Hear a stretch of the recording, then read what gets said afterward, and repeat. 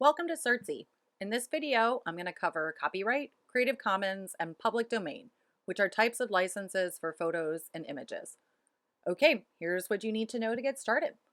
The first is that the reason we're talking about this today is because anytime we're using someone else's photos, images, illustrations, even text, for instance, it's what's called intellectual property. And intellectual property usually comes with restrictions around its use so that the author or the creator can agree to the way it's being used. And so I think most of us are familiar with traditional copyright. It's what covers books and movies and music and things like that. But it also covers photos and other types of assets that we might want to use in our public health practice or for research dissemination. So best practice here is to not just use what you're finding on your search engines. Now, there are ways to find photos specifically that you're allowed to use. I do have a video on how to use the Google usage rights tool to sort photos so that you can find ones you're allowed to use legally right from the start as you're creating your projects and building your presentations. Also, if you have a photo but you don't know what kind of license it's covered by, you can use what is called a reverse image search to figure out what that license is. And there's a video on that linked down in the description box below as well. But the point here is that we always want to look to see what the license is on these materials so that we can use them legally and we can use them appropriately. And the license will tell you what you're allowed to do with that photo or illustration or other asset that you'd like to use. And the license will also tell you if you need to provide attribution. If you're using Creative Commons, for instance, you're probably going to need to provide attribution or credit as well. But if you've bought the image, such as on a stock site, you probably don't need to provide attribution. So if you do need more information about attribution, I've linked to our video on that down in the description box below. All right, let's get going.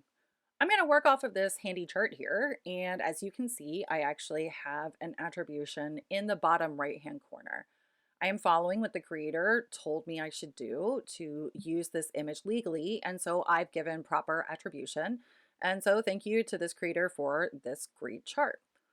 So as you can see, there's copyright all the way down at the bottom of this chart. And we're going to work our way up to the top to public domain, but we're going to start down here at copyright. And I think most of you are probably familiar with the little C inside the circle logo, and that is the copyright logo. But what does copyright mean? Copyright gives the owner of that material the exclusive right, the only right to decide how it's used, where it's used, things like that. It is for a limited time though, and after that time expires, that's when things come into the public domain, and I'll cover that later in this video. But basically, any time during the copyrighted period, during that period, the owner gets to decide how it's used, where it's used, anything like that. Now, copyrighted images on the internet are often marked with a watermark, which is, a piece of text or another image that has been lightly superimposed onto that image, and it usually will show the source of the image. And if you're not familiar with watermarks, there is a video linked below in the description box on that, so check that out. But if you find a watermarked image, it's a good sign that it is copyrighted. Now, there are some ways to use copyrighted materials legally, and the first way is to buy that item. You can buy permission to use the item. So if it's a stock photo or anything along those lines, usually attribution is not required if you're buying it, but check to make sure that's true. And then also check your use restrictions. Again, normally if you're buying photos, you're not going to be very restricted except for certain types of promotional ways, maybe. So do check the license to make sure you're using photos legally. But in most cases, you're going to be able to use that photo with no use restrictions and no attribution. The second way to use copyrighted materials legally is to ask. If you know the owner of the material and you don't have the funds to buy it, you can always reach out and ask. And so if you secure permission that way, again, follow any restrictions that that owner sets, but that is a way that you can use copyrighted materials. All right, and so that is basic copyright. And now we're going to move on to Creative Commons, which is basically everything between copyright and public domain. And so it covers all of this middle ground. And you can see the Creative Commons symbols over on the right, and I'm going to cover what those mean in just a second.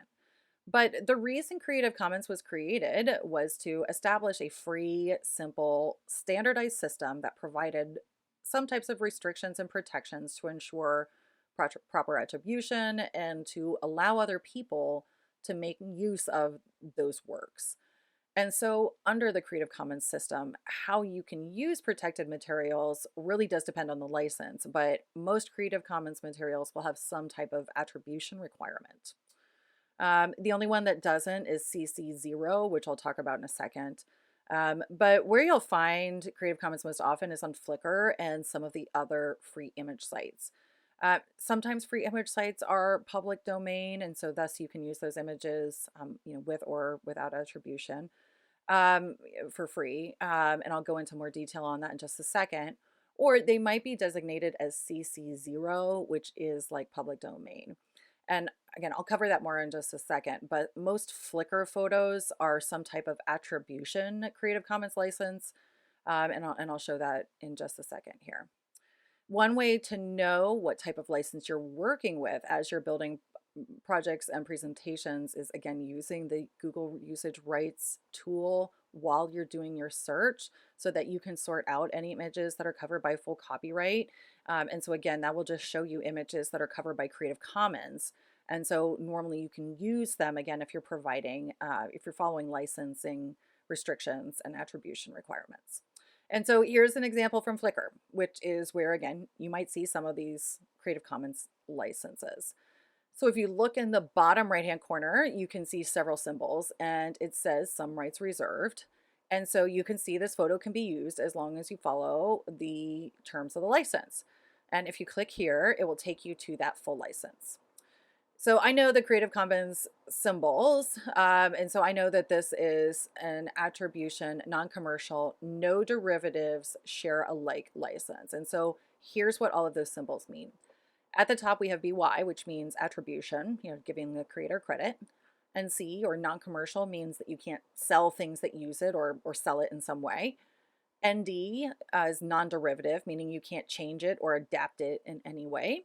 And then share alike means that anything you create using this material must also be made available under the same license as the original. And so here are the 6 licenses that you'll see most commonly for Creative Commons. So they go all the way from, again, just providing attribution to all of the protections there at the bottom. And it's, again, just a mix of different use and attribution requirements. So depending on what license your asset is covered by, this chart can help you understand what you're allowed to do with that image or illustration or icon or whatever you're looking at. Copy and publish over there, that first column means that you can use this image in things that are copied and published. Attribution, again, is pretty much across the board except for CC0, which is not on here. But then I want to point out that last column, which is whether or not you can change the license for anything you use or you make using the covered asset.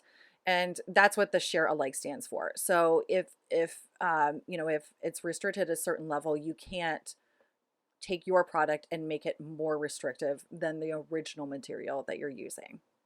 So for instance, this chart is covered by Creative Commons and it's covered by the BY, the attribution, and the share alike license. And so it means that I can use it, but I have to give it attribution. And any license that I put on the things that use this chart, such as this presentation, have to be covered by the same license. I can't copyright it and I can't make derivatives, for example. Okay, here's an example of another place you might encounter Creative Commons, and a place that we use a lot. We use the Noun Project. It's where we get our icons. And so as you can see on that first column over on the left, if you're not paying for Noun Project icons, you can use them, but you should be providing attribution. Now, Noun Project also has some icons that are public domain, so you can use those without attribution, and you can buy the icons if you don't want to provide attribution. But if you don't buy them, they are covered by a Creative Commons attribution license. But I think that's about it for restrictions on the icons. Now, I will note there are restrictions on the photos that you're purchasing from the noun project. So just make sure that you are getting into the nuts and the bolts of the licenses of the actual assets that you're buying. So whether it's copyright or Creative Commons, make sure you're looking at those licenses closely and that you're following them correctly. All right, let's talk about public domain. Now, this is all the way up here at the top under most open, right next to CC0. And what to know about public domain it is that it is not covered by any intellectual property restrictions. Again, those are restrictions on use, attribution, where they can be used, those types of things. And sometimes there are works that are just not protectable by law at all. Some things are just not eligible, but that doesn't really apply to what we're talking about here, which is mostly going to be photos, illustrations, other types of creative works, which are all protectable, but other works just aren't protectable. So one way though that works can enter the public domain is when a copyright expires. Even if something was protected at one point, after a period of time, that protection will go away. And that's how we can print Monets onto tote bags and things like that.